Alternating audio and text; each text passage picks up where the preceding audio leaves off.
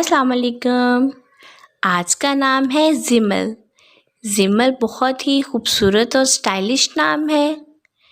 इसके इंग्लिश में स्पेलिंग है ZIMAL,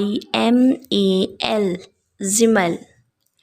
और इसके मायने है जन्नत का फूल। बहुत ही यूनिक नेम है ये। इसकी जिन्स है लड़की, गर्ल। इसका मज़हब है मुस्लिम। हरूफ 3 हरूफ का एक लफ्ज़। अपने नाम का मायने जानने के लिए कमेंट्स में अपना नाम ज़रूर लिखें। ओके, फिर मिलेंगे नई वीडियो में। अल्लाह हाफ़िज़।